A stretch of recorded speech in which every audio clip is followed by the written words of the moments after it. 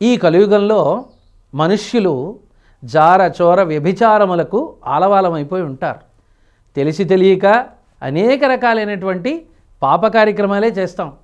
అందులోనూ మనది ఆగర్భ్యం సంచితం కూడా కొంత ఉంటుంది, కూడా తెచ్చుకుంటాం. ఓ సంచితోటి పూర్వజన్మలో చేసింది పుణ్యం తెచ్చుకుంటాం, పాపం తెచ్చుకుంటాం. తద్వారా మనకి యోగము యోగ్యత అని రెండు ఉన్నాయి.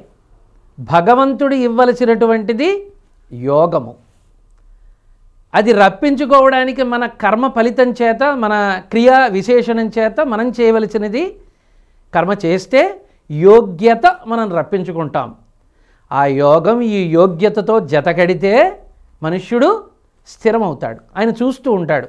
కాబట్టే గాడ్ అంటే ఏమిటి అసలు?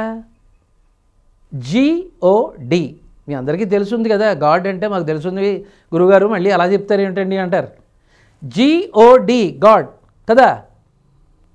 అందులో ఓ విశేషం ఉంది. G జనరేటర్ లేదా జనరేట్స్, O ఆర్గనైజర్ లేదా ఆర్గనైజర్స్, D డిస్ట్రక్టర్ లేదా డిస్ట్రక్షన్. దీన్నే మనకి పూర్వీకులు మన గురువులు చెప్పారు ఏమని? సృష్టి స్థితి లయ. ఒకళ్ళు సృష్టిస్తారు, సృష్టి చేస్తారు, దాన్ని మనకు ఒక స్థాయిని కల్పించి, జ్ఞానాన్ని కల్పించి, కాస్త పైకి నించోబెట్టి ఒక స్థాయిని కలిగిస్తాడు. ఆ తరువాత పోతుందా? పోతామా? ప్యాకేజ్ చూసి వేసుకుని పైకి వెళ్ళిపోతాం ఏమిటి?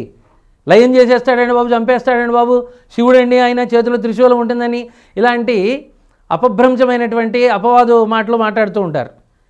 అదంతా కూడా కళ్ళ. ఒక మనుష్యుడు పుడితే వాడు ఒక రోజుకి పుట్టిన తేదీ ఎలా అయితే ఉందో ఒక రోజుకి వెళ్ళిపోయే తేదీ కూడా ఉంటుంది. అది గుర్తుపెట్టుకోవాలి ప్రతి ఒక్కళ్ళు కూడా. అలాగే వస్తువు, అలాగే ప్రకృతి, అలాగే సకల చరాచరమైనటువంటి ఈ జగత్తు కూడా జాయతే గచ్చతే, పుడుతుంది వెళుతుంది, పుడుతుంది వెళుతుంది, పుడుతుంది వెళుతుంది.